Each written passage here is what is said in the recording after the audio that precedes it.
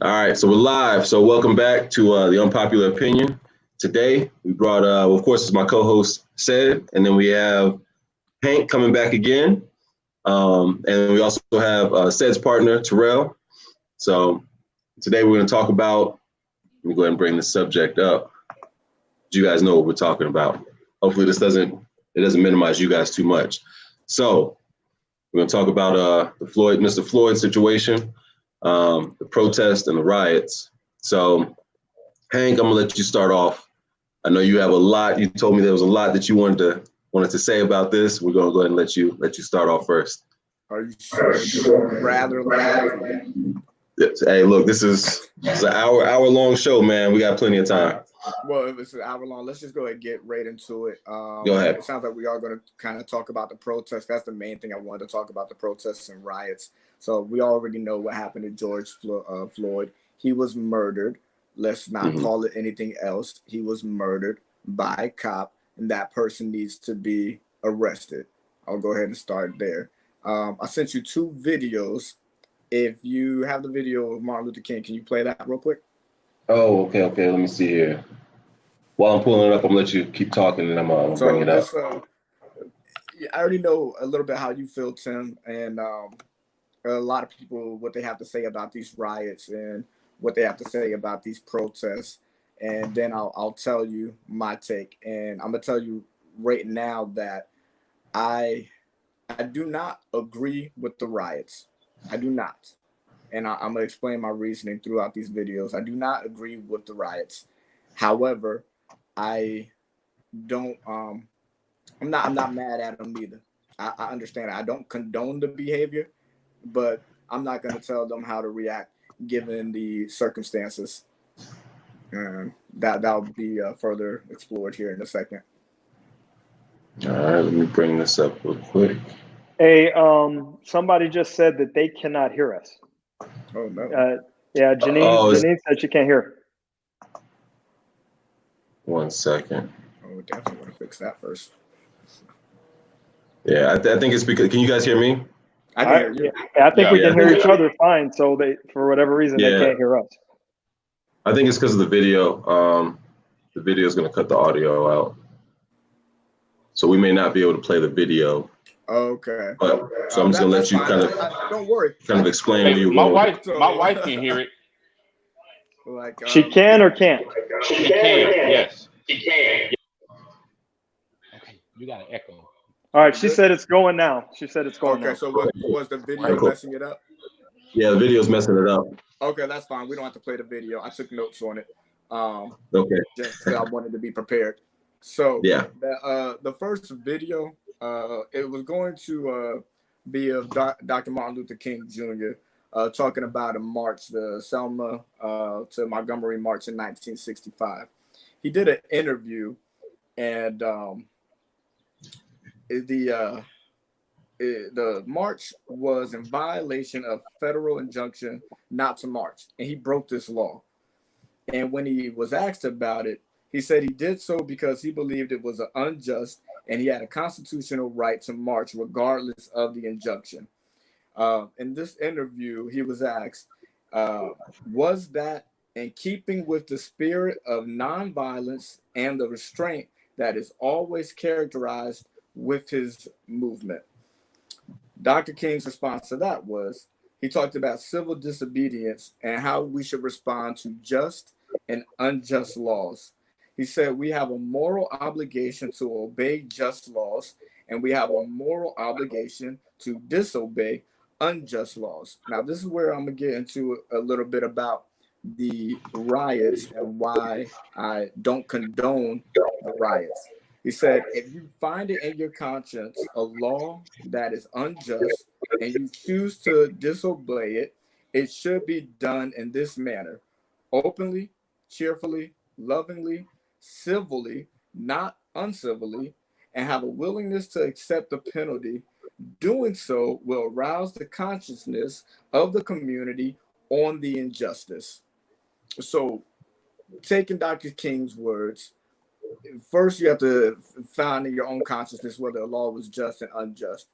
And then from there, if you do find it's unjust and you are going to disobey, there's a manner in which to condone yourself. And he very specifically says civilly, not uncivilly. So the riots, they're uncivilly. So I don't condone that. However, this is not the first time someone's ever tackled the topic of civil disobedience and violent and unviolent. If you look to the 2007 film The Great Debaters, that's the other video I wanted you to play. That video is going to take place in Texas in 1935. And when you get towards the end of that movie, the final debate is really about civil disobedience, violent and unviolent, just and unjust laws. Except this time, is being told from someone who just got done seeing a lynch mob and seeing an African American male killed before his very eyes and going through all the pain and shame and every other emotion in between of what he just witnessed. And he goes on to that civil disobedience and he talks about how he wants to be violent or wants to be peaceful, and he's confused, he's conflicted, but he feels that he does have a right to be civil, to engage in civil disobedience, whether it be peaceful or violence, and we should pray that it's peaceful. So, And, no, oh, go ahead. No, so I say I'm putting this picture together that I hope you can see that we can take both Dr. King and we can take that movie and we can see that in today. Fast forward, right? Let's go to 2015, Baltimore riots 5 years ago. Freddie Gray dies April 19th, I believe, and you see that city explode. It has it done anything for us? No. Honestly, it hasn't done anything. We still see these injustices. That was violent. It did nothing for us. All right, let's go back. Now let's fast forward a little bit more. Colin Kaepernick taking a knee. That was peaceful. People had a problem with that too. And it has done nothing for us. So now let's go to the topic at hand. This gentleman, I don't even want to say his name, really, because it becomes another hashtag, another one that I got to add to the list alongside Trayvon Martin and Freddie Gray and so many others that I just really don't want to keep doing it. And you put all this together, nothing's changing. Nothing's changing. And so we just watched a man get murdered, right? I'm not in that city, but I saw it like everyone else. Watched a man get murdered. So how they want to react, that's on them. I'm not condoning the behavior, but I'm not going to condemn it either. And that's just how I feel. Like, you know, if I who knows what I would do if I was there. And the anger and the pain of watching that and realizing that nothing is changing. Nothing is changing. How do you expect people to cope? How do you expect people to react? All right. So Terrell, what's your take on it? And I gotta tell you guys real quick. I'm having a technical issue with the live stream. It's I can't pull up the comments, so I'm gonna have to get said if you can like read through the comments. Actually, my screen's kind of frozen. So okay, I can see him. All right. Okay, but Terrell, what's your take on this?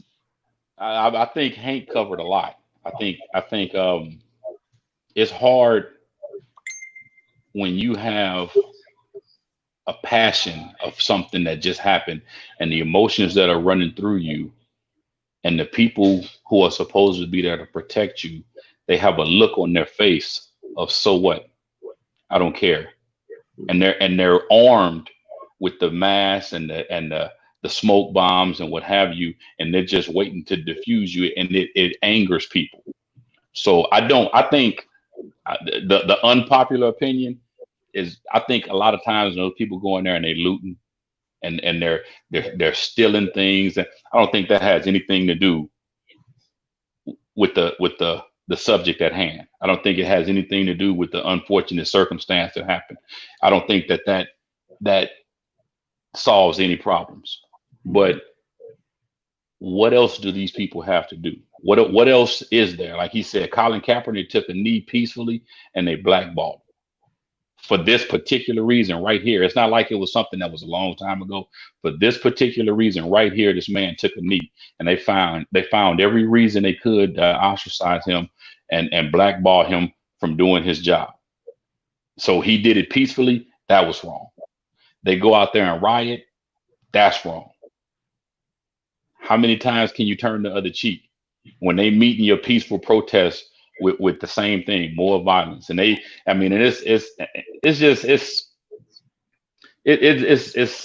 hard. It's hard to swallow, man, because that could be any of us. And I pride myself on being respectful in any manner, in any situation. But if you come across the wrong person that has that type of authority and you're outnumbered, what can you do? And they had people sitting there telling this man he couldn't breathe. Right. And the look that he had on his face while he was looking directly in the camera, killing this man, the look that he had on his face was so what? And if you have that picture, I mean, like I'm with Hank. I can't condone, because I don't know that it solves anything. But what other choice do you have? Yeah, no, and like I said, I 100% agree that the cop killed the guy, right? Like it was murder, and unless they prove some way otherwise, like they would have to prove to me they didn't do it. But yeah, that's murder, right? There's even the other video that came out of showing them detaining him, and he's not resisting at all, right? So I agree 100%. I think that even what the mayor's doing and calling for charges to be filed against the cop, the police force actually firing the 4 cops, the FBI coming in, I feel like justice is actually being done. So I don't really understand the protest at this point, because justice is happening. There's justice that's being done. There's an investigation going. I don't think that it should be, if a mob says, hey, this guy needs to be punished for this murder, and there's no due process at all, that we just, kill this guy because we're angry. I think you still have to do the due process. It comes from if that was me and I committed that murder and I'm on videotape standing on somebody's neck like that, they're going to arrest me right there, and they're going to figure everything out while I'm behind bars. That's where exactly the outrage is. It's not, let's hurry up and hang him and let's hurry up and kill him. It's like he's still out. He's at home. Right. But if that was me, go ahead.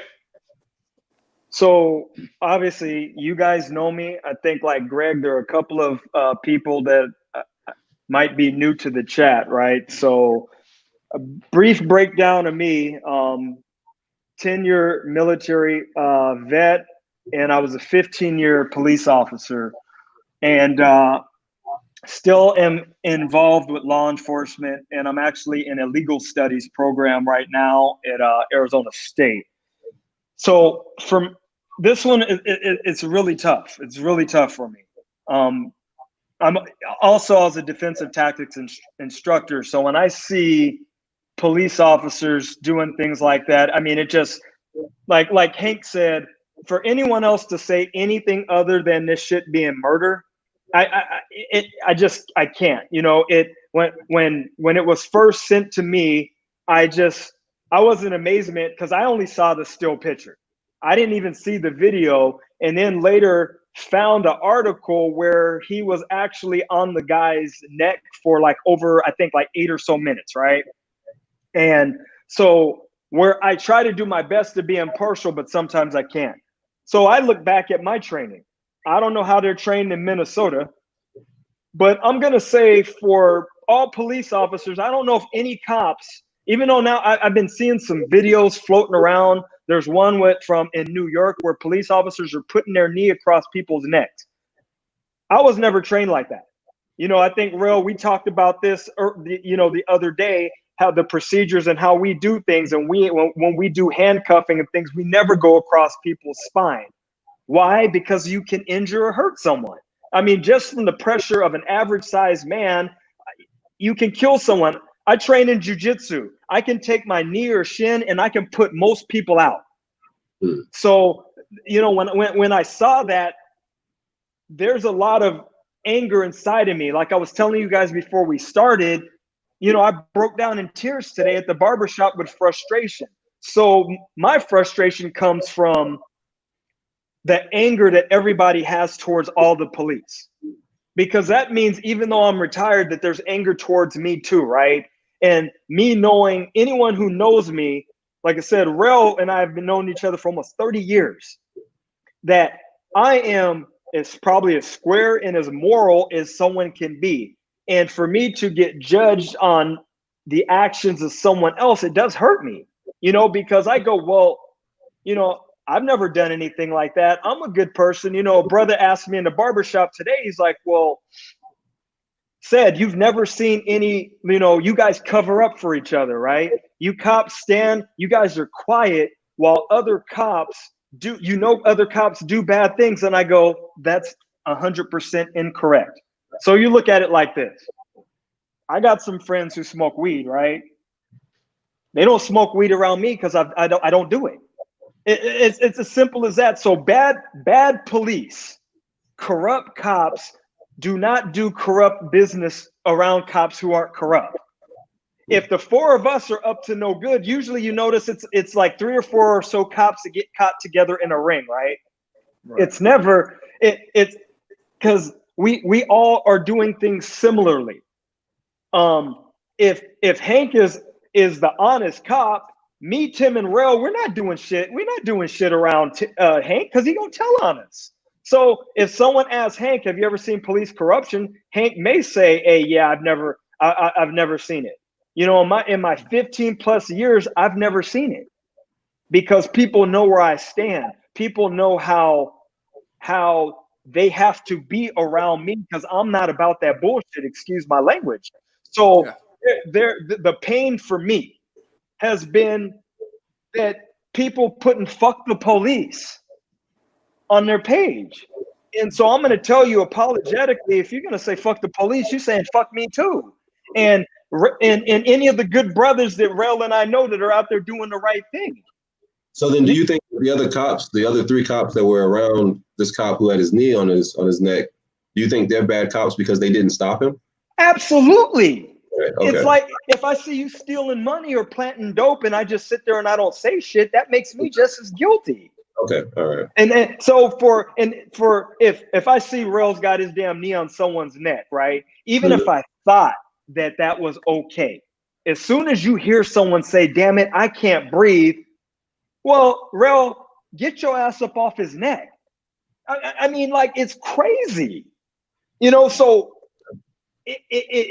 I'm like hurt.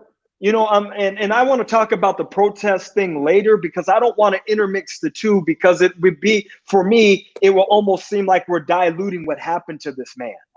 Right. And yes, I spend so much time, and you know, these clowns who talk about "fuck the police," y'all come with me to some of these schools and areas and help mentor these kids. Half of these places, these clowns won't even go to because they scared.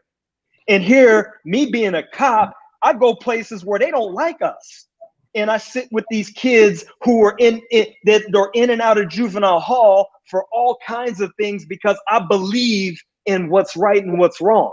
And Rel and I have talked about this. I'm passionate and I know I'm going in on it, but it angers me because the progress that we make, these fucking clowns have just made us take several steps backwards, where I do think us as a community of people, like Tim just touched on, I think that I don't know what more the society, the public would want law enforcement to do right now. We didn't put people on desk duty. They have fired them immediately, right? They fired him immediately. The mayor came out and made a public statement, and then they turned it over to the FBI. Anybody who works in law enforcement, they'll tell you, city municipalities, we don't want that. When the FBI has to come and investigate police departments, that shit never turns good. My department was under a consent decree from the FBI because of a shooting back in the 90s. So Jackson brought up a point. I don't know if you can see the comments. Like I said, I can't put. I want to put them up here, but I can't. I can't tag them. Okay, but yeah, Jackson was saying that. Janine says that these guys are all just as complicit in that murder, all of them together. Yeah, and Adrian says she believes that all the guys should be in jail right now. So her and I talked about this earlier, and then I'll let you go, Tim. I'm okay with guys not being in jail right now because of due process, right? Because people who are not really aware of what goes on in the law, as soon as you arrest someone, the clock immediately starts. And everyone's saying they should be in jail right now if a half-ass investigation is done because they've rushed everything and these guys get off, then everybody's pissed off. I like that the FBI has indicted them. And I'm very interested to see how this is going to play out. But me personally, this is not me just playing on my opinions. This is me from my experience feeling that they did the right thing, because I think people on the outside, and when I use this word ignorant to the law, I think they have a knee-jerk reaction and go, hey, I just want these people arrested right now because they don't understand, oh, well, now there's got to be an arraignment. Now you got everybody rushing because, like you mentioned, Tim, there's due process. And the ball is everything's going right now. Right. It's emotion. Can I ask you to No, you're good. You're good. It's emotion. It's strictly emotion. And Cedric, I respect your position, and I understand everything you're saying. But when emotion sets in, no one really wants to take the time to hear that. You talk about due process. This was a guy who was murdered. He didn't get his due process. They were sent out to arrest him or investigate him on a forgery in progress. I've listened to multiple different reports, read different articles and everything, and the counterfeit money was either a $20 bill or a $10 bill. Not sure which one it was, but does it honestly matter? So you talk about due process. He didn't get that. He didn't get that at all. He's dead, and nothing can take that back. Absolutely. And I want to say people get into this mindset of F the police because of that one individual that we saw with his hand in his pocket with not a care in the world as he snuffed the life out of this man. So hey, real quick, Hank. Go. Hey, Kevin said, do you think if it was a black cop that stood on a white man's neck, would he be out walking around? I don't think it would have got media coverage. I don't know, but I don't want to get into that. I don't want to speculate. I want to talk about what we saw and what happened. I want to talk about the facts that we know anyway, or at least the information that we know. And this is what we do know. In a lot of the cases that we see in the media, there's no repercussions. There's this perception that white cops or white people can get away with treating black people like dirt. That perception is a reality to many people.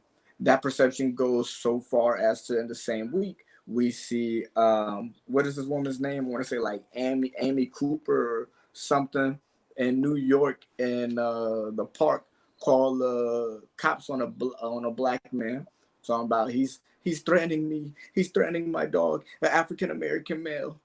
So she specifically kept bringing up his race because she believes that cops are gonna come and they're gonna take care of this man. They're gonna take care of this African American.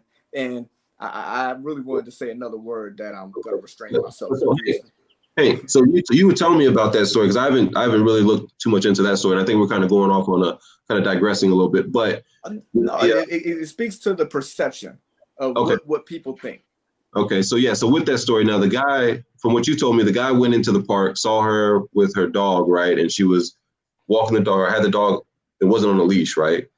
Right. It was in the rainbow, I think they call it. That park. And long story short, he's a bird watcher.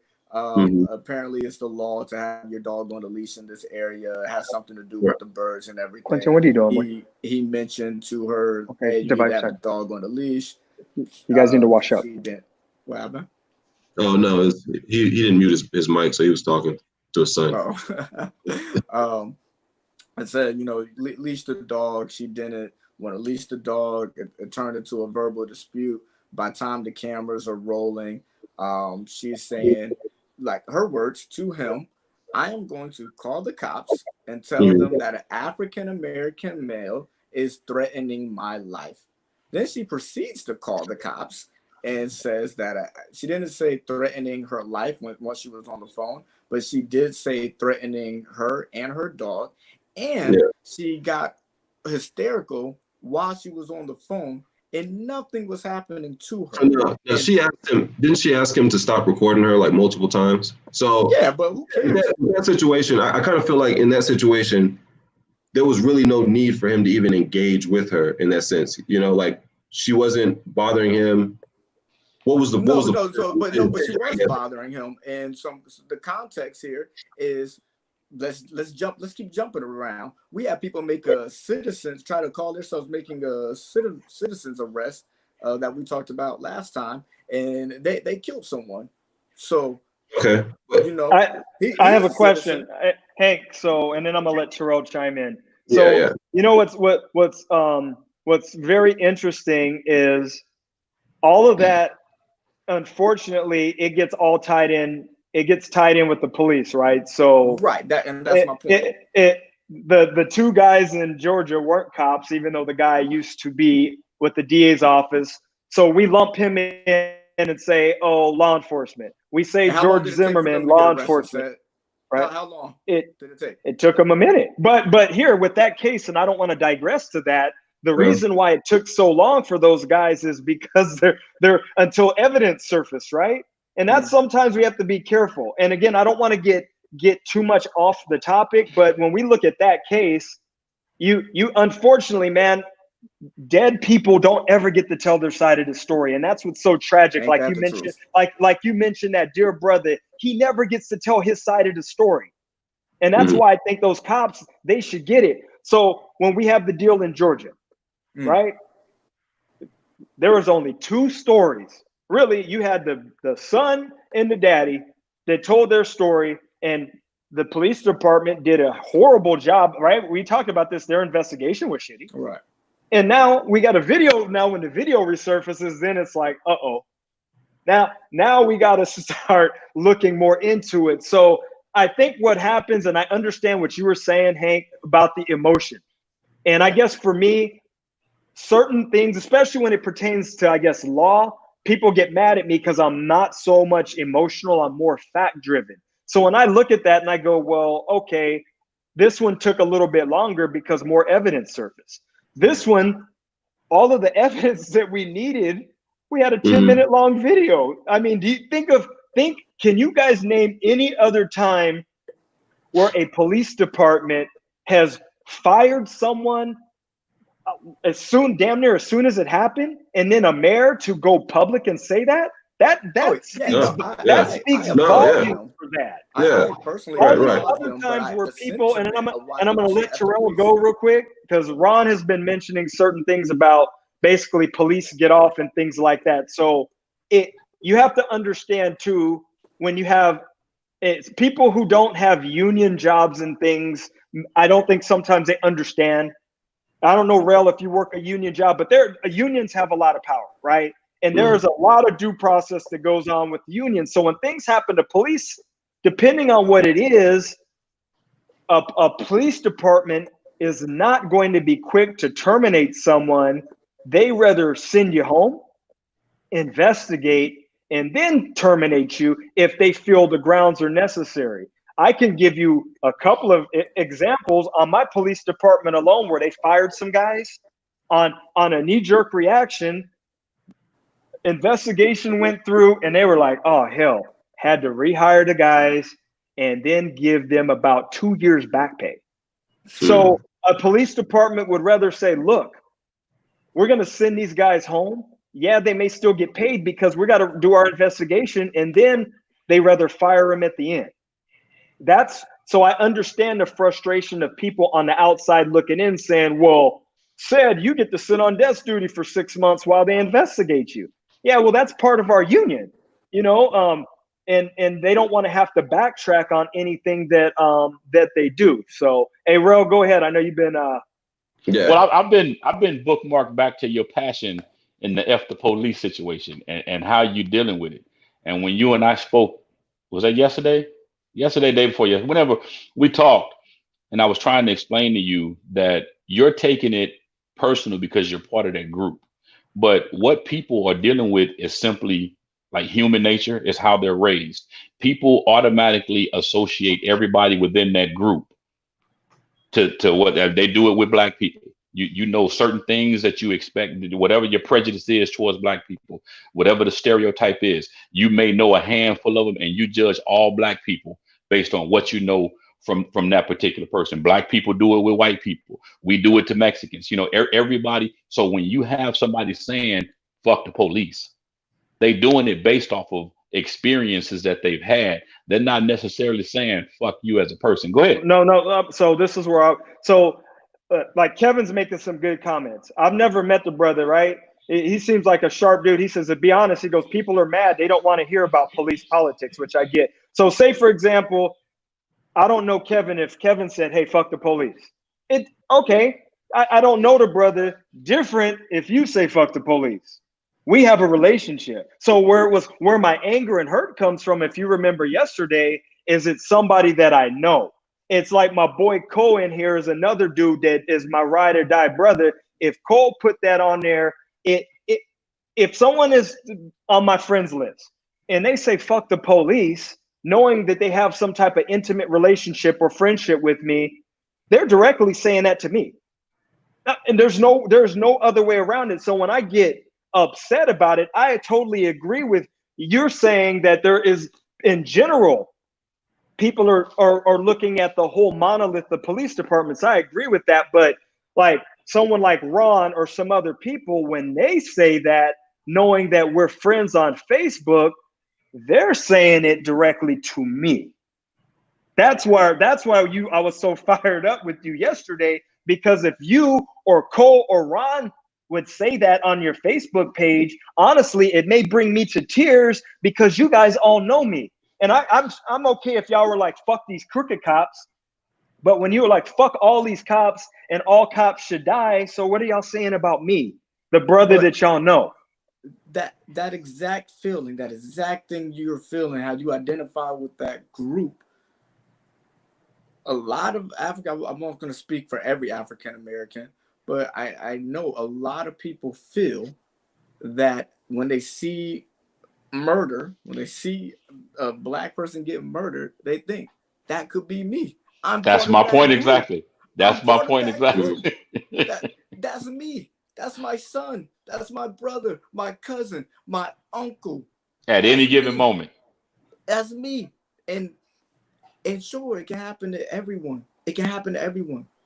But we have a mindset, whether it's true or not, there's a perception that this is the way it is, this is the way it's been, and this is the way it's going to continue to be, and there's nothing you can do about it.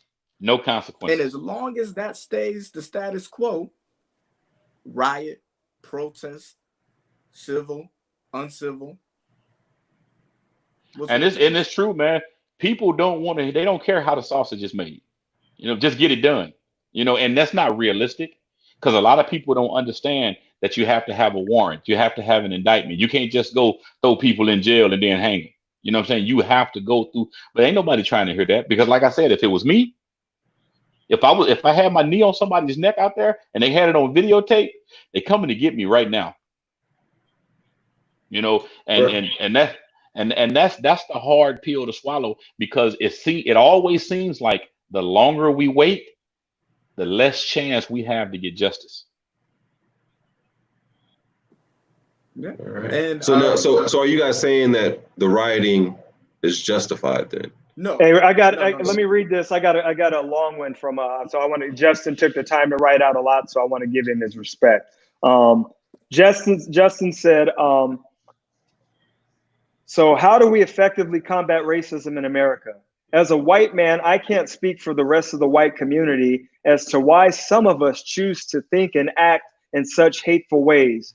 But I think it's wrong to retaliate or combat racism by punishing punishing people as a whole, by generalizing white people, the police, or Collins' views of racist America. It just leaves a nasty taste in the mouths of everyone under those categories. Most police protect, and most white people are not a racist in America.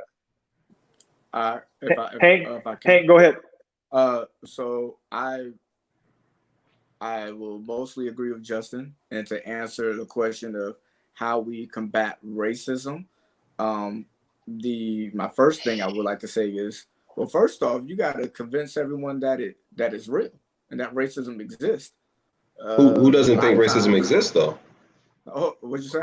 I said, who doesn't think that racism exists? I think the argument is normally racist. systemic. Most racist. They don't think racism exists. Hank, when so I want, before you answer, because I love your dialogue. When we're talking about racism, do you believe that these police officers, do you think that this is an example of racism? Because I know that a lot of it gets intertwined in law enforcement, where we say a police officer in Minnesota or New York does something, right? And then you have a cop in California who does something. They have no correlation with each other. They don't know each other. We don't look at anything as independent actions, right? We look at that the police department, like I was saying a couple of weeks ago, there are over 850,000 police officers for the entire United States, right? They all act independently of each other. So if someone does something and we view that, I don't know if it's racist, it's somewhere, and then something else happens in another part of the city, state, do we just go, oh, these actions were racist? Or do you think that it's more of bad policing and policing that we police white officers police people of color differently? So there's a couple of different things there, right? Uh-huh. So I will say that it is, well, I believe, a form of racism. I think it's maybe not. God, I don't know that guy. I don't know his history. I don't have anything about him other than what I just saw. So right there, I think he's a bad cop. Well, he got 12 more counts. He got 12 more activities like that. I saw that. I don't know the details of them. So well, they killed 2 other people. I think he's a bad cop. I think he's a murderer, and I think the people around him were bad cops. And I think that if it was a white person, maybe the treatment would be different. I won't go as far as call him a racist because I have nothing else, no other context. And I'm gonna say that's me being mature, because the child in me wants to label him a racist the same way. Anytime we see these cases, we see a lot of black people get labeled thugs without context. Real quick. So Adrian says that the police is an evolution. They grew out of slave patrols. So what I want to say to that is, someone else tried to call me out on that, and I don't want to turn it into that, but you might want to do a little bit more research. If you want to talk to me with some facts on that, Adrian, offline, I would love to have a dialogue with you on that, because I don't think you're going to like what you see, because I already did some research on that. And I think that is a perpetuation of what people are saying that have not done proper research. And so I'll leave that one alone. Go ahead. So let me ask you this then. So is that only a one-sided thing? Can black people be racist, or can only white people be racist? And I'll ask you. Yes. Go ahead, Terrell. Yes, black people can be racist. All right. And me and Sid had a conversation about this. And I mean, you take, and he said somebody told him he thought that racism was about power. Right. I don't agree with that, because you can be like I've known people. I've had conversations. I've sat and listened to people kill whitey. What is that? Racism, right? You dig? So in my opinion, yeah, hate teaching is and racism is a learned behavior. Nobody is born that way. So it's something that you teach. And when you teach somebody that this person, because of the color of his skin, is less than you, regardless to what he may be capable of or how much money he have, he's less than you, then yes, I think anybody can be brought up and born and raised with that particular mindset. And it happens all the time. I don't know what else you call it if you don't call it racism coming from a different color race. Yeah, two things.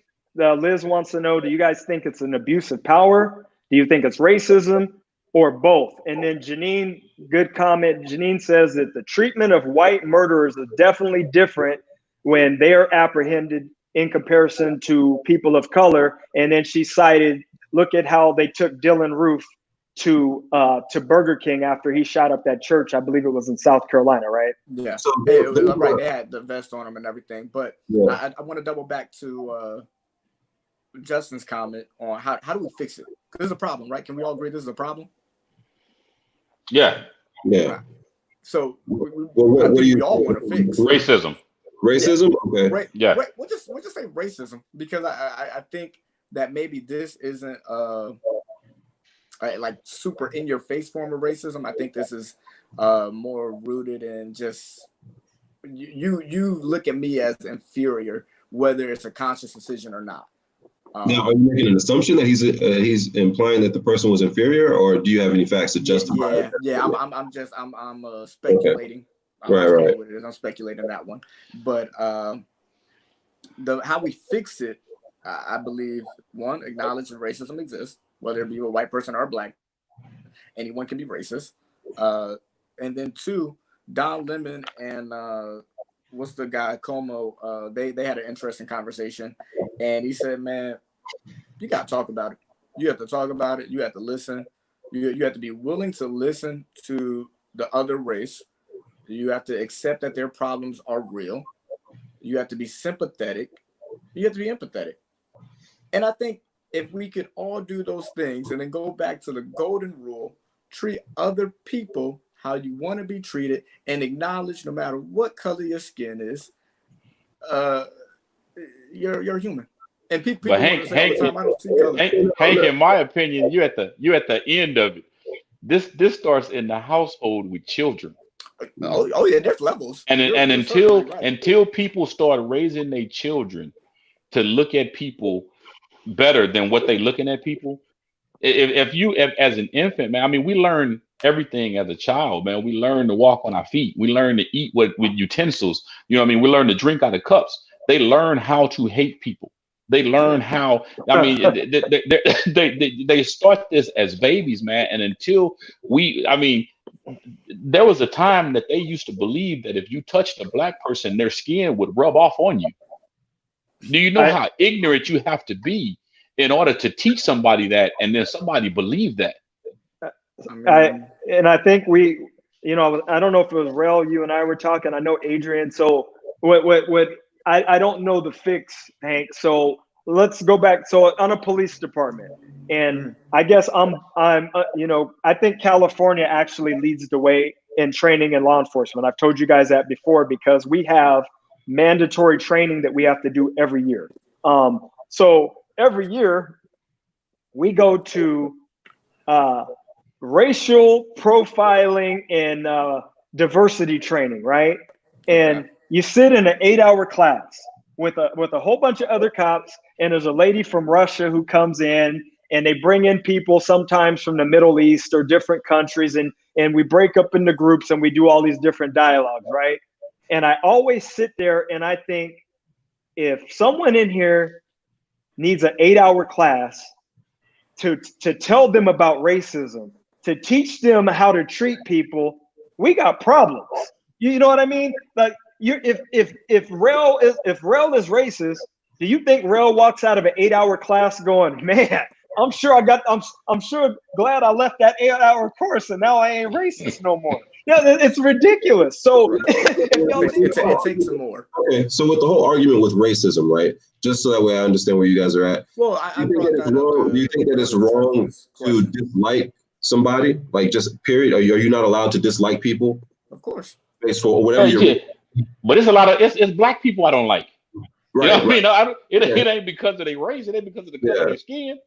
Okay. Tim, So, racism is a problem when you separate someone, and like Terrell said, there's black people he don't like, but he dislikes them because of who they are, their character, things like that. That is really what should define whether you decide not to want to be around someone. You shouldn't look at someone who just because they're black and go, I automatically got a problem because Tim's a 6'3", 240-pound brother, so I'm going to treat him differently than I treat my white counterparts. That's where racism is an issue, and I think that's where it's all kind of rolling over with the thing with the law enforcement. Okay, so would you say that, let's say, for instance, a college has a segregated graduation? Would you consider that racist if a group advocated to have a segregated graduation? Need more information. You mean like one group black, one group white, and they're not going to graduate together? Right. So yeah, exactly. Why is that? Why would they do that? Right. Well, so Harvard is actually having a segregated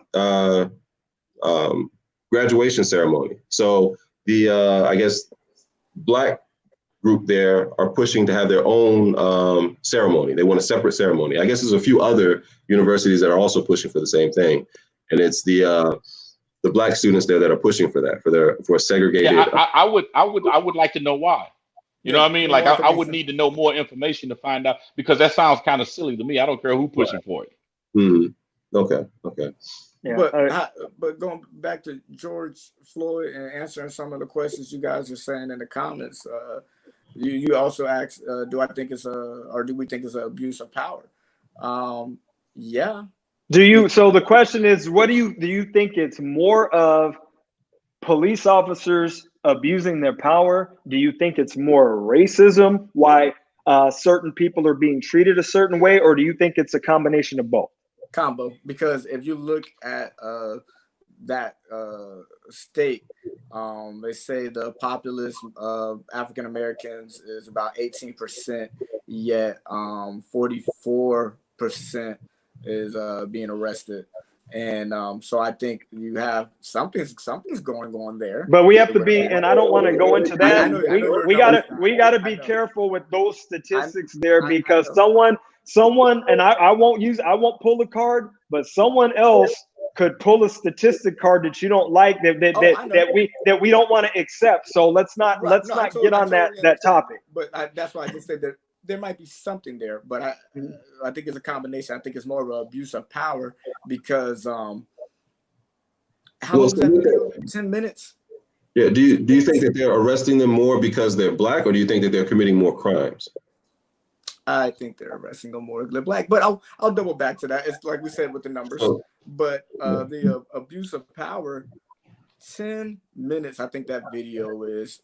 He was on that guy's neck from 6 to 8 minutes. You have 3 other officers there. You have plenty of people saying, "Get off." Like, if I'm not wrong, correct me if I'm wrong, said, but the police, they serve the community, right? You have a community here telling you you're doing too much. You're doing too much. So they weren't serving the community when they ignored their concerns. And I think that's an abuse of their power. I agree. Not to cut you off, but I look at it as arrogance. I'm going to tell you, I have rolled around with quite a few people in my day.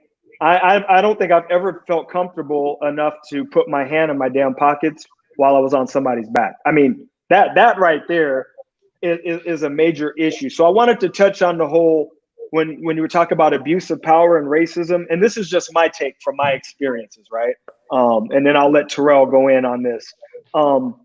I don't necessarily know, because there is data that we can go back and forth with why people of a certain race are arrested more, crimes, this and that. That could be a totally different segment. Trust me. Like I said, I got all kinds of data, and we do know sometimes numbers and statistics can be kind of skewed to a certain group, right? But this is what I will say, that for whatever reason, when we are arrested, when someone like Tim or Rel, who are bigger guys, I don't know how big you are, Hank, but I mean, I ain't Not the big biggest at fellow, all. but those are two, good sized guys that you just ain't gonna jump on just because. For whatever reason, they're not treated. Even guys our size, we are not being treated the same when we are being taken into custody and those other things. So to me, that's for me, that's more the issue, because I'm a big accountability guy. A lot of people want to separate, oh, it doesn't matter that someone committed a crime. Well, yeah, to me, it does matter, because sometimes you kind of create your own situations. But where I'm really concerned is, well, why is a certain segment of people treated differently when we're taken into custody in comparison to others? Well, I think this, man. I think that everybody that's a police officer shouldn't be a police officer. I think some people join the police force already a racist. They already have intentions. They already know what they want to do. Some of them, that's their mission. I want to get this badge and then let me go. And I'm pretty sure in 15 years, you could identify some of that, because I've seen it in the military. I've seen it in the Air Force where I was like, boy, this guy, he in here and he's safe because he know he can get that off, and you really can't do what you want to him. remember, So when you in our day, I don't know, Tim and Hank are a little younger, we called it hiding behind your green card. And yeah, in our day, when we was in the military, we would say, "Oh, these cats, you hiding behind your green card." Okay. yeah, because they knew you couldn't. And I think it's so many. What's happening, and I don't know what the screening process is to be a police officer, but I don't think that I think that they're allowing people to carry that gun and that badge that have absolutely no business being in a position of authority. So when you bring someone in, we don't know his background. We like Hank said, we don't know enough about him as a person to say whether he's a racist or not. But in the 46 years I've been on this earth, I've seen it. And if it looked like a duck and it sound like a duck, I'm gonna call it a duck until you show me something different. So the screening process, you guys may think, so you fill out the application. You have to do a physical agility and a written test. Once you pass those, you actually have to do your polygraph. They ask you a bunch of questions. You lie, not. You go from that. I remember I took an 800 question test on a psychological profile that asks you questions like, do you feel like killing someone? Do you hurt animals? I mean, things that anyone can just arbitrarily navigate, right? They compile those questions, and you come back maybe a week later and you sit down with a psychiatrist, and they go over questions and they ask you some things maybe about your personal life. And then they send you, if you pass that, like Janine said, a psych eval. Thank you, Janine. And so if you get through that, then they send you to the police academy. So there's no real process of saying, hey, this dude right here really don't need to be carrying a gun in a black neighborhood. Absolutely. And what I think is what I've seen too is, I love, for me, and people always think I'm crazy, I love working the neighborhood. You already know, man, I love working with gangsters. Because for me, they gave me the most respect, because they know that if you're in there messing around, if you're a corrupt cop, they know you're in here harassing people. So when I started getting respect from the neighborhood, I loved it. I'd be like, hey, put me over on the U, what we called it. And they'd be like, you want to work the U? You want to be over there with them? And I go, yeah, because you know what? There's good people over there. And you think just because they live in lower income areas, they want to be around crime too? No. So I started seeing that. I think it's certain people being uncomfortable. So you and Tim, so Hank and I show up. We already know a lot of black people. Kevin said, "Where am I going with this?" Kev, my bad. I was thinking the same thing. So now, what about the rioting? What do you think the rioting? I mean, that's one of the other things that we're going to talk about. I want to talk about with police. Okay. I think police of different color, because they don't have a whole lot of interaction with people of color, and it kind of goes back to what Hank and stuff was saying. It's now I have to usurp my authority with my badge and my gun because I'm not comfortable knowing how to talk to people of a certain demographic. I guess that's where I was going with, Kev. And I think that's where we're starting to have, that's where we have a lot of problems that I walk up and Terrell tells me, Terrell, I don't know how much you weigh. And Terrell goes, man, fuck you. Now I go, okay, what do I do? Well, I'm a cop and I got a gun. And then and you're like, so what? We got guns too. and then we just start having issues. I think that there's not enough interaction and understanding between the two. Yeah. So now the rioting, what do you think about the rioting? Do you think that the individuals who are rioting, do you think that they should be charged with crimes? There's been an individual who was shot, a fatal shooting during the rioting as well. So are we going to protest and go the same way because of this person who was shot during the fatal the rioting, or is that not really as important because it wasn't killed by a white cop? Whew. I mean, you got to uphold the law. Right. You can't go into a lawless town where, okay, everybody can just go burn up whatever they want to. So you got to do what you got to do. If you out there rioting and you doing your thing, you better get out the way. Or because you can't say we're gonna get them a pass at breaking. I mean, because they destroying somebody's business, whether it's black owned, white owned, Mexican owned, they destroying somebody's business. So you had nothing to do with the situation, right? So they're recording themselves going into Target, looting Target, coming out laughing and joking about it. So if you're mourning, I mean, that's a very interesting way to mourn. Somebody, I agree. Right. Yeah. So and there are people who are justifying. What's up? No, like so. I want to go back to exactly what I said. Dr. King's comments, how he feels about this. If looting Target, top of your head, is that the law that's being broken there? Is that a just law or unjust law? Well, you're not. Here's one of the main issues I have about the looting.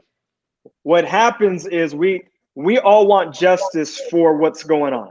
The attention right now is on may his soul rest in peace, that dear brother who lost his life over some bullshit, right? Mm-hmm. Hold on. Exactly. But what the looting does, I've been calling it the Colin Kaepernick syndrome, because I believe and I stand and I am okay with what Colin Kaepernick did. But what happened? The narrative was allowed to be changed. So now with people tearing up police cars and throwing bricks at cops and burning and stealing shit out of Target and Walmart, it allows the narrative to now say, see, they are now doing this, and look at them, and they don't know how to act, and little by little, what's going to happen, Hank, hold on, what's going to happen, Hank, is the story doesn't our dear brother is no longer the story. It's looting in Minnesota and Los Angeles is what the story's going to be. So I am 100%, for one, I think it's silly to tear up other people's shit and your own shit anyway. I agree with you, and that's why I wanted to just clarify that I think we all agreed that there's a just law being broken there, and Dr. King says we have moral obligation to obey just laws, and we have a moral obligation to disobey unjust laws. And again, he gives, even when you do that, when you are obeying. So if you wanted to say that this was somehow an unjust law, you're supposed to conduct yourself in a certain manner. Okay, so are you saying there's an unjust law right now? Is that what you're implying? Or no, what I'm saying is like, whether if you want to, because he says call on your own conscience. So if your conscience says that it's a just law, then we have a moral obligation to follow it. If your conscience says it's an unjust law, then you can disobey it. But if you're going to disobey it, you need to do it openly, cheerfully, lovingly, civilly, not uncivilly, and have a willingness to accept the penalty by standing in a jail cell. Doing so will arouse the consciousness of the community on the injustice. So whether you believe this was a just law or unjust law, you didn't follow Dr. King's guidelines anyway. Hey, so Adrian said if you riot and break the law, then you should be arrested. But she said, I am not interested in seeing more people go to jail I'm interested in the community healing. Right, and that's why I say that line says will arouse the consciousness of the community. Yeah, we get that, but I'm saying that so somebody was killed during the riots as well. So is there an outcry for this individual who was killed during the riots, or do we not care? Is that not as important? From what I saw, that they said that they thought it might have been the pawn shop owner that actually shot the guy. Now he broke in that dude's pawn shop and he shot him. What you know what I mean? Like, okay. Hey, hey Tim. So yeah. I want you to address this first. Janine said she can't be more concerned about insured televisions than the life of George Floyd. So basically, it doesn't matter that these people are looting and tearing up other people's stuff because someone else was killed, and that was more important. Yeah, and I'll just say the way my morals align, I think that both situations are wrong. One, you can't change at all. The other one, we have control over right now. So unfortunately, the guy's dead, but there is investigation going on and all that stuff. So the due process is being done for that, right? Yes. But individuals who are alive right now, who are going out and stealing shit because they're upset, they're throwing a temper tantrum, and we're saying, oh, it doesn't matter because they have insurance, we don't care. You know, that's all right. Yeah, I would. The same person came into your house and took shit out of your house, and everybody just said, "Oh, what doesn't matter is you have insurance on your house." If Terrell, his family owned some type of store, right? Say that was Terrell's family's Target, and that's the way that he supports his family, and that that's how they survive.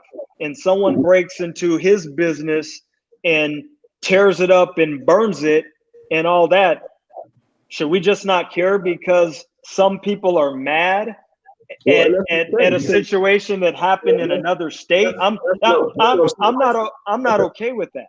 Right. And what happens, man, is you got a mix of people, man. You got some people who are actually out here protesting for the actual situation, and you got some people who are looking at an opportunity to go get them some shit. And us as black people, we won't say that. Some people just out there to get them some shit, man. They don't give a damn about what happened. Take advantage of situations. And I think there are other people who are protesting just because they think it's trendy right now, right? So I don't think that everybody who is all out, outraged and everything like that are really outraged. I think everybody's looking at it as a chance to get some airtime, to get some free shit, like you said, to go vandalize some stuff because they've been wanting to destroy something. I mean, they're burning down buildings, they're destroying neighborhoods. For what, right? So once we come together as people and we all get on the same page, maybe we can get something accomplished.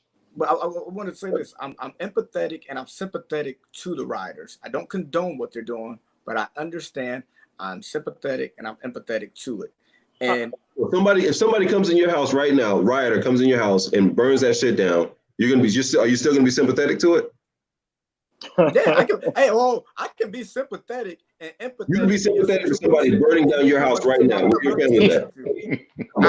Just because I'm empathetic and sympathetic to your situation doesn't mean I can't protect what's mine. But it's not those people's situation. Right. And that's what I was going to say. Now, Mr. Floyd and his family, it's their situation. His family, that's what I was going to say. Floyd's family, for me, they get a pass. I can understand that if they want to go tear up shit, if their family and close friends, if they can't control their rage, because one thing I'll say, Tim, I don't know, and my cousin and I were talking about this early, and we all got family here. We do not know. We like to pretend we don't know how we would react if something happened. And we all got children here. Hold on. I might lose my damn mind, and y'all might see me on Channel 7 News if something happens to my kids. I can be honest with that. If somebody happens to your kids, you go to rob Target? Bruh, if something, look, this is what I'm saying. If that was my son, and I thought something that I can be honest with you, I don't know how I deal with it. And that's me being 100 with all of y'all. I don't know how I would deal with it. No, I can understand if you. I can understand. Well, real quick. You get emotional about it. That is direct family. If I could, please. I haven't said much this whole podcast. I probably got 3 minutes of conversation. This whole thing. So all I'm gonna say is, I can understand if you were to go retaliate against the family of the individual, right? Maybe out of rage. Okay, cool. Well, I'm not saying that's justified at all, but I could see why you would do something like that, right? But people are going out destroying stuff, and the family's not doing anything. The people are more upset about it than the family is, right? That was the point I was trying to make. That I'm not mad at how the family would react, but people who are not even attached to the situation acting a fool is who I have a problem with. Right, but I would still have a problem if the family decided that because of this they were going to go to Target and take shit. I think that doesn't make sense in any situation. Go ahead, Hank. Okay.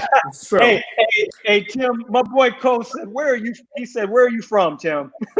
I was born in Spain. I lived most of my life in Europe, and I lived on the East Coast for a little bit, West Coast, Midwest. I lived all over the place. My parents were military. So, what you guys are saying, and I'm sure a lot of people are saying the same thing, that not everyone has a right to tear the city up. Is that basically? If it was the family, right, maybe, but not everyone. Not even the family. Nobody. Okay. But let's just, for instance, look at 1990, Detroit Pistons won a championship. There was 8 people who died in the rioting following the celebrations. Okay. Why is it when the championships are won and people take to the streets and riot, it seems to be okay and the city is allowed to celebrate? So when the murder happens, the city can't be angry and riot. I can celebrate and riot, but I can't be angry and riot. Okay, so with this riot where the 8 people died, right? This was what year did you say this was? This was 1990. 1990. Okay. So how many buildings did they burn down? Let's see if I can find that. I don't have that in front of me. Okay. How many stores were looted? Like how many people died? So 8 people died, right? You're talking about 8 people died. I'm assuming people piled on each other. They probably, I don't know the situation how they died, but I'm talking about the damage that was done, the intent and the damage that was done, right? I'm talking about the loss of life. I care more about life than I care about the property. Okay. I can respect that. So Justin said that Tim's ideas is because he's very cultured. Cole said cultured is one thing, but you can't understand what you haven't experienced. So what I will say to Justin, what I will say, I'm not black. Is that what I'm not black enough? I don't know. But what I would say to Justin, is, hey, listen. What I would say to Justin is, I'm just as cultured as Tim because I was born overseas too. I've lived a lot of different places, but one thing Cole, that I do agree with, you do have a difference of you have a different understanding when you work or when you live in those communities. There is a difference, and that's one of the things too. When you work a neighborhood and you get to understand people and things like that, it's different. So yeah. So I was born in St. Louis. Hood alert. Yeah, I'm so St. Louis. So a criteria to understand, I guess, the pain is what I live in the hood. Tim, I want to see your birth certificate. You too, I can't have both parents. Is that what he's trying to say? Like, what are we going? Where are we going with that? I don't think he's saying you have to come from a single background, but I think he's saying that there are only certain experiences that you can really understand if you go through them. Like Adrian and I were talking about this a couple of days ago, where people try to talk and stuff a whole lot about law enforcement and things like that, and how cops, but they've never been in law a day in their life. It's something similar, right? Right. So Cole's basically saying you're alluding to maybe a lot of things that maybe you don't have any experience. I'll let you go. Yeah. So basically, what he's saying is, what Black Americans are a monolith essentially, and that they all have this. All the Black people who are outraged right now all have lived the exact same experience. Right. Insert Joe Biden comment here. Right, exactly. Yeah. So basically, since I'm not a Democrat, I'm not black. But okay. Hey, the gospel according to Joe Biden says exactly. Yes. I told y'all we could get it in before the show. I told y'all we could work that in here. I told y'all. I guess that's cool if that's how he feels or how anybody feels. It doesn't matter. I don't feel like I need to validate who I am. I think it's kind of silly, but Kevin says, listen, all of us do not have the same experience, and we can shame each other for that as black people, and it's counterproductive. And I agree with that. Right. I agree with that because Tim and I were going to the same barbershop, and he and I are often ridiculed because of how we speak. Tim, Tim, am I lying? Hey, I'm gonna tell you right now, man. I thought everybody from California was proper. You hear me? I mean, like I thought even the cats in the hood, they be like, get out of here. You know what I mean? So man, all these dudes speak proper. I just thought that was a West Coast thing. Mm-hmm. Yeah, to get back on the topic, I think it's tough, right? Like I said, I feel from the family. I am never okay with, and my cousin was going off on me yesterday because he said you always got your cop glasses on because I'm pretty much black and white about if it's wrong, it's wrong. If it's right, it's right, regardless to shades, whatever, things like that. So when people commit crimes, I guess I can have some empathy, right? I can understand someone stealing. I can understand someone stealing to feed their family. I can understand that. I might not agree with it, but I'm very empathetic for it, right? Because of their situation. But looting, killing, murdering someone, putting a knee on a neck, no. Right. Yeah. And I don't think you have to experience the same thing to understand or even to have an opinion on something. Like I think it's very counterproductive to tell a group of people that because you're not the same as, well, I'll just be blunt about it. I think if a black person tells a white person that they can't comment on things that are going on and that they've seen in the black community just because they're not black, I think that's very ignorant to say that.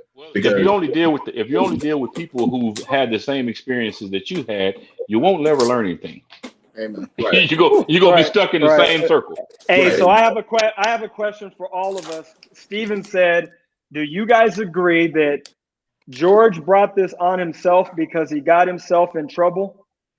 And then he threw me under the bus, and that's not how I worded it. He says, because according to Cedric, if he stayed out of trouble, this would have never happened. Go ahead, Hank. Go ahead. You go first. No, I talk a lot. You go first. Okay. I've seen a guy $4 million worth of credit card fraud. $4 million. That's white collar. This fake 20, that's white collar. The guy with $4 million, he got 6 months in a camp, in federal camp, and went home. No, that's not what he's asking. He's asking. He's saying, did he bring it on himself? He's saying, did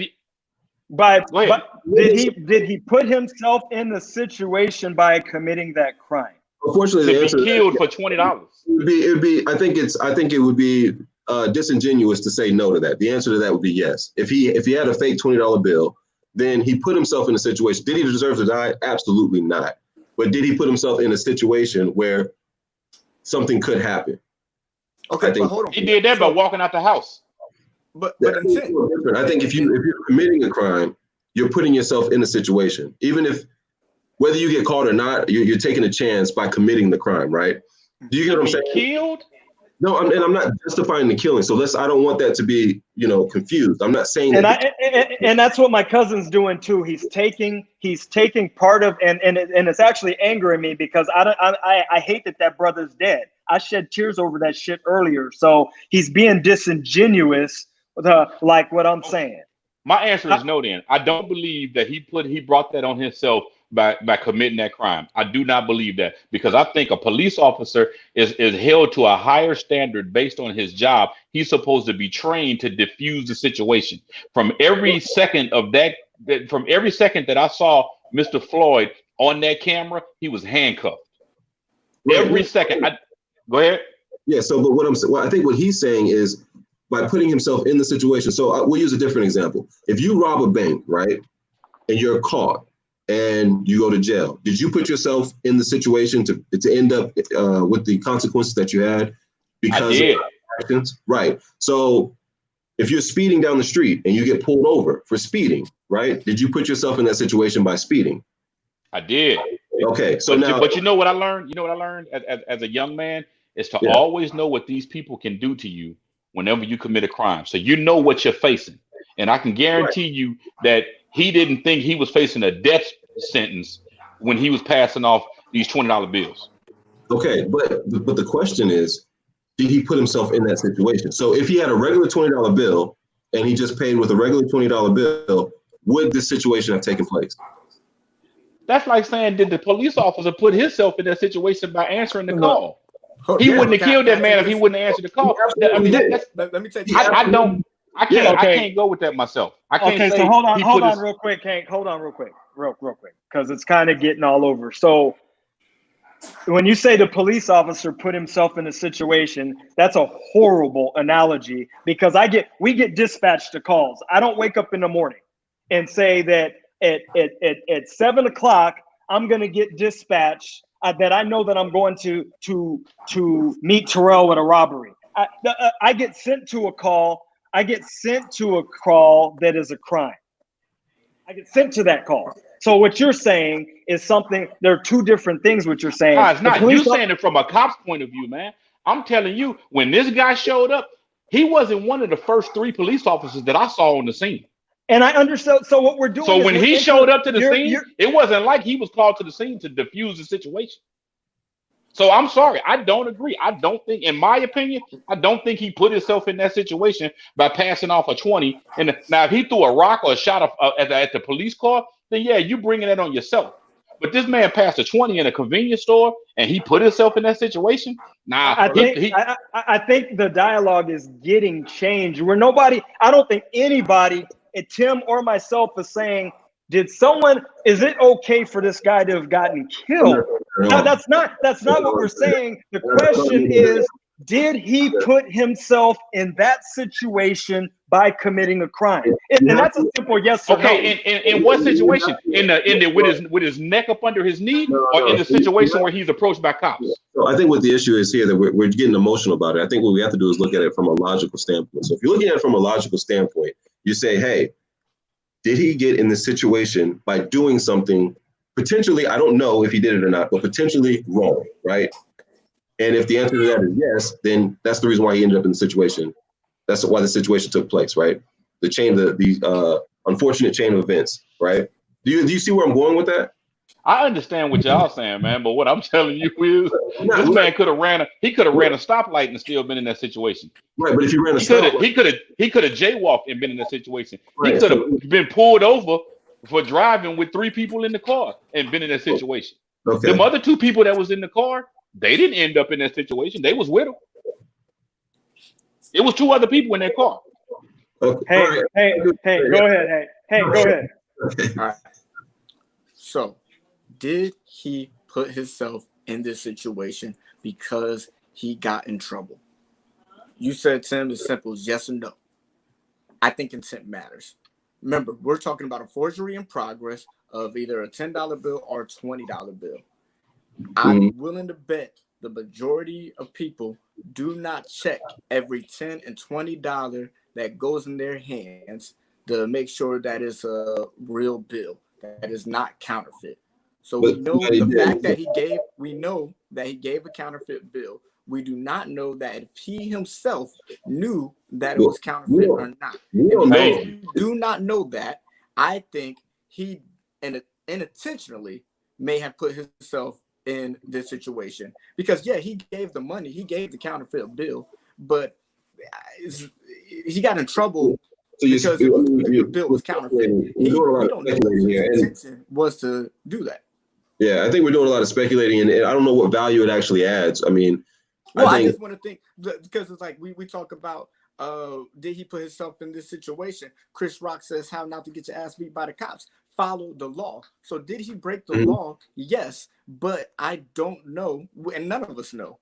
None of us know whether he intended to break that law or not. And a lot of cases, we could say someone was purposely breaking the law, so they put themselves in that situation. In this particular case, because we're talking about a $10 and $20 bill that exchanged hands, we do not know if he intentionally broke the law, and therefore, because we don't know if he intentionally did it, I'm not going to say he put himself in that position. Thank you. Okay. I think it's a tough question because none of us were there, and there's a whole lot of speculation, right? I mean, I guess we can say that there had to have been enough probable cause, right? So, I mean, if we're going to be, and this is what I have to do because I don't want to make this seem like, oh, it was okay, because that's what it's starting to sound like. And like I said, I think it's disgusting, right? So let's divide this up. So we have to, no matter, because what everybody's trying to do now is, oh, well, we don't know. Well, we do know that there's probably enough probable cause for something because they had him in the back of the car and they had him detained. From there, everything, and I'll agree with you, Hank, that brother didn't deserve any of that. I mean, it didn't deserve any of that. So I guess the question, and I guess it irritated me how Steven asked it, because he worded it like I said, basically he's getting what he deserved by being there and doing that. And that is never, I don't think anybody who knows me would even assume that I would even say any shit like that.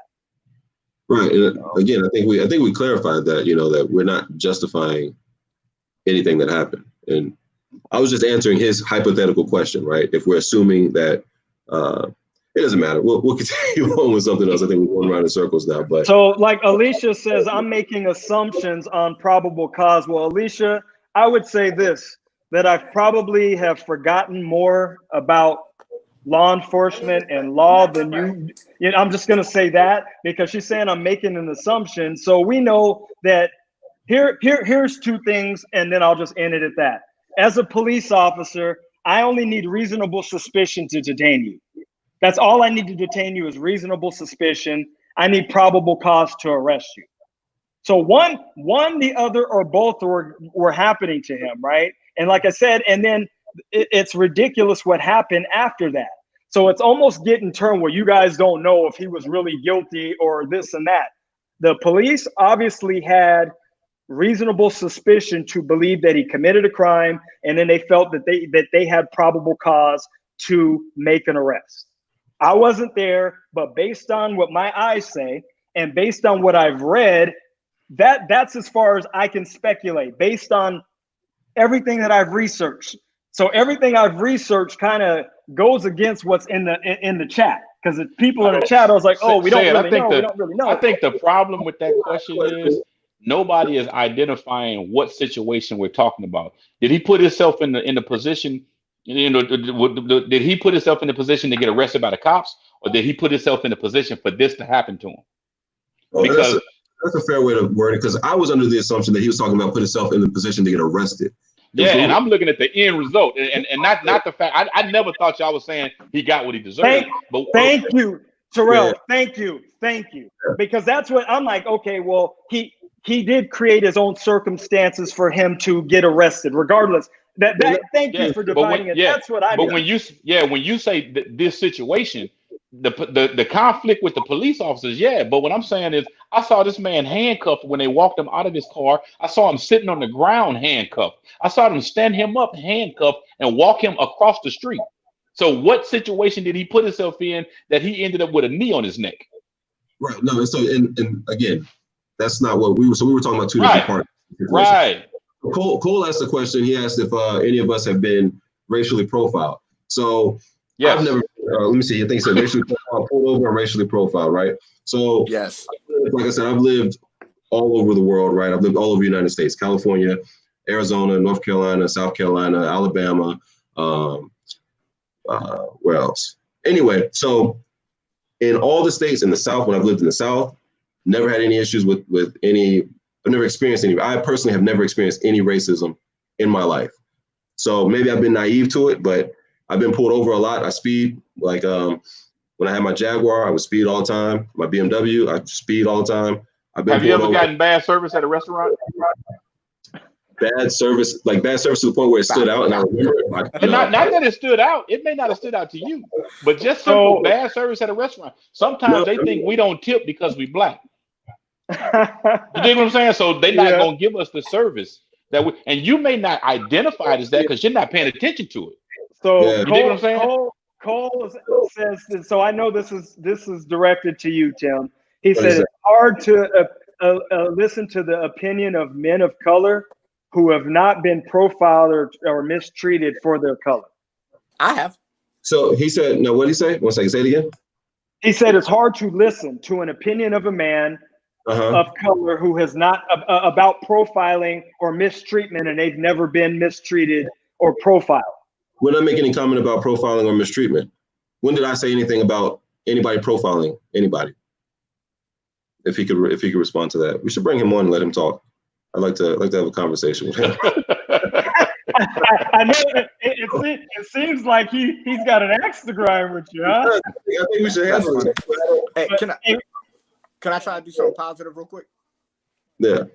So, I feel like we're gonna wrap soon, and I want to do something positive in light of all this because I've had a lot of emotions, and I feel out of control and that I can't do anything.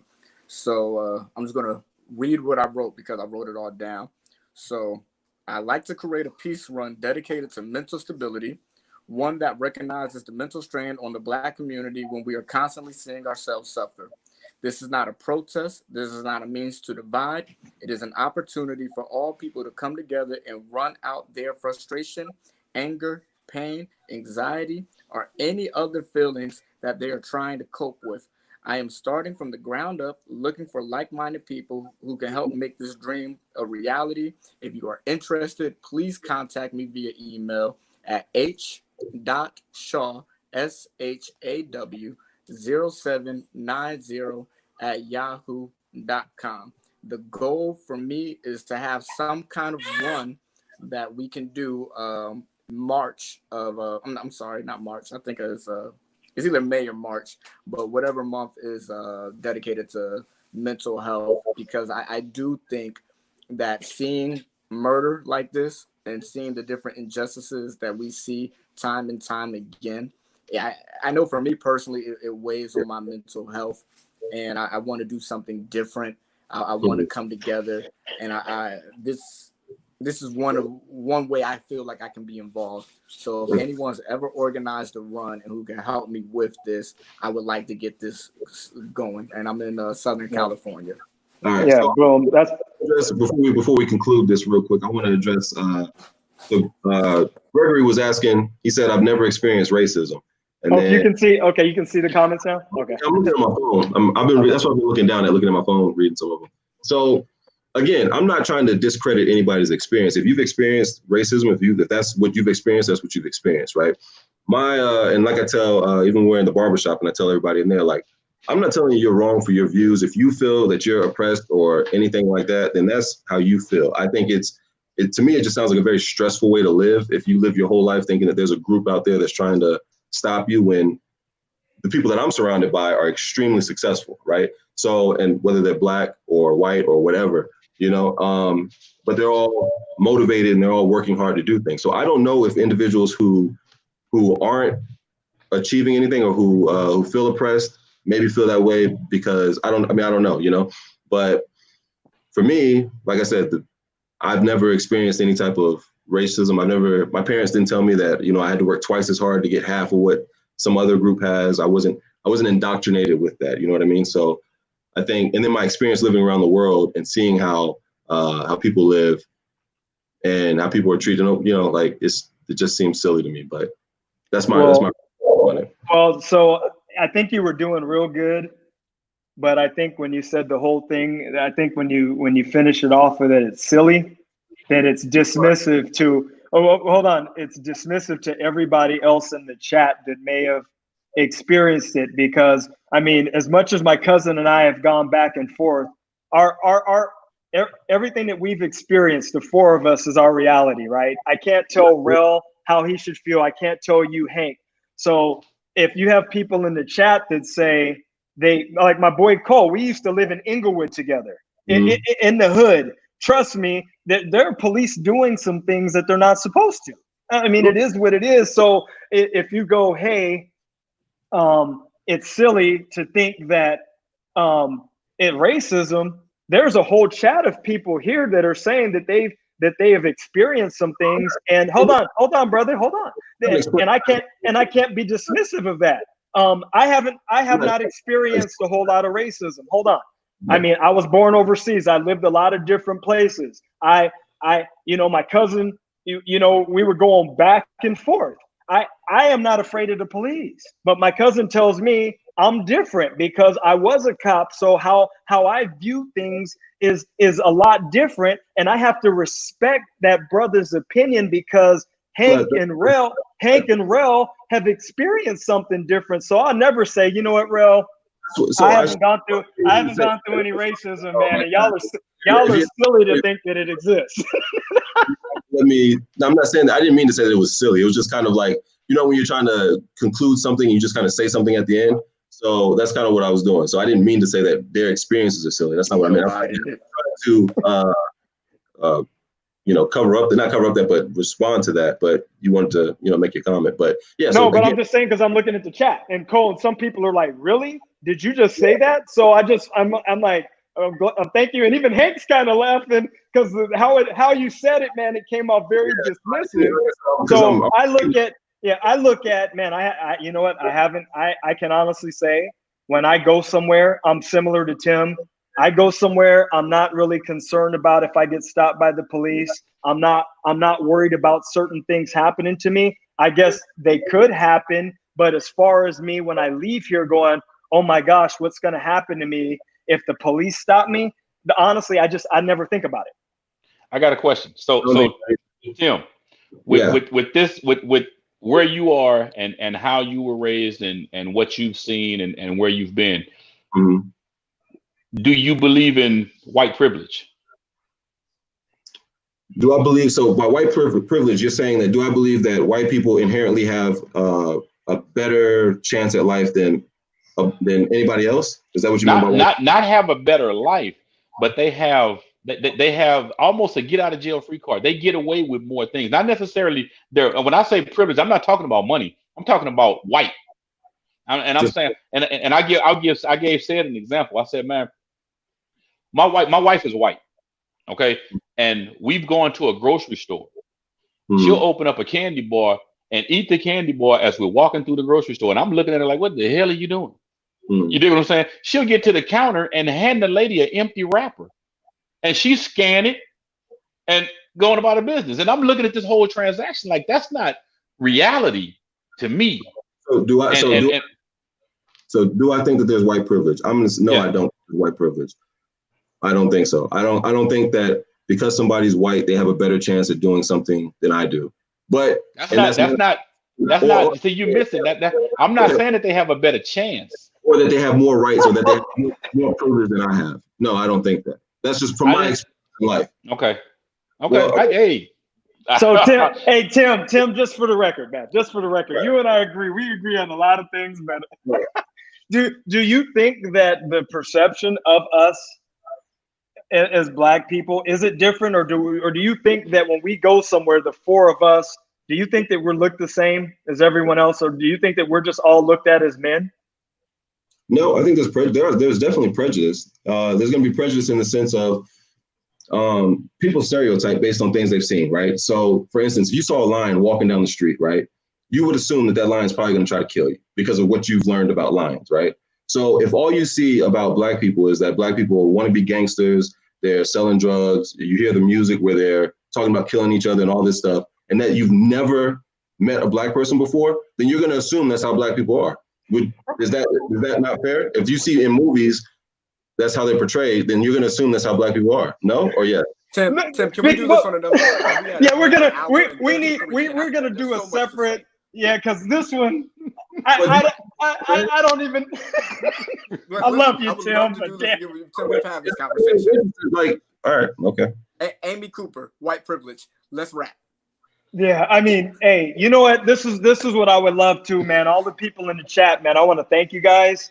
And one of the things we'd like for you guys to do too, to also help support our channel, if you guys could go to our YouTube and like the page, or also add the page, because we got like 100 and something people on Facebook, and I think we only got like 40 YouTube followers. So if y'all could smash the like button on YouTube, appreciate it. And if you guys want to message me directly, I'd appreciate it. If there's anything that you guys think I can help on my end to pull my end of the weight, where even though I'm still retired, I still work a lot with law enforcement. I would love to take any suggestions from anyone, because like I said, I do my due diligence here in the communities and try to do my best as a man. And I'd appreciate any comments or any suggestions from any of y'all. Rel, you got anything? Hey, I appreciate y'all having me, man. I think next week's segment has to be a follow-up to this on, if you guys are okay with it. I don't think we can just let this one go. I think No. I think it just rolled over, because I think I don't want to say it ties into the bigger problem, but I think now we start unraveling more understanding, because we have four brothers, but we have four kind of different opinions on things as far as how racism is perceived, privilege, and so on and so forth. So I definitely think we need to, if you guys are available next week, man, I'd love, I think I'd love to do it again and maybe dive into, some more stuff, and maybe some more things that we can have a resolution for, together as a community. Because the reality, we're all in different places. We got my brother, Kevin. I think Kevin said he's in New York. I think after all of this talking, we should probably try to have some type of resolution, right? To where we could all, it's all about building, even if we disagree about something. I mean, we shouldn't get butthurt if someone disagrees with someone based on our life experiences, right? So let's try to do it again next week. Yeah. Oh, no, I was just going to say, I saw somebody was saying that I'm trying to be white because I don't think that there's white people. Next week. Tim is so mad next week. Y'all have made Tim so angry. Because I don't follow this hive mentality of hey, easy. Next week. Easy, because I feel a kind of way when you say the hive mentality, brother. So next week. The singular thought, then they're different, right? Then they're okay. Now he's trying to be white because that's the stupidest shit I ever heard. Like, next week, please. Next week, please. All right, well, I can't end it the regular way. I'll just close it. So, all right, I'm gonna close it. All right, you guys take care, man. Thank you for everything. And next week, family, we're gonna be back with the same. We're gonna pick up on this same topic. We're gonna talk about white privilege. We'll discuss perceptions and racism and any other things. If you guys send any suggestions, questions, so we can add them to the podcast for next week. Go ahead, Big Hank. I want to do something positive. I want to just plug this again for mental health. I think it is important. I've never organized a run before in my life. I would like some help on it. If you understand what I'm saying about the mental health and what this is doing to some of us, and you want to help me out, please contact me at h.shaw, SHAW 0790 @yahoo.com. Thank you, gentlemen, for having me on the podcast with you. God bless. See y'all next week. All right, try to close this.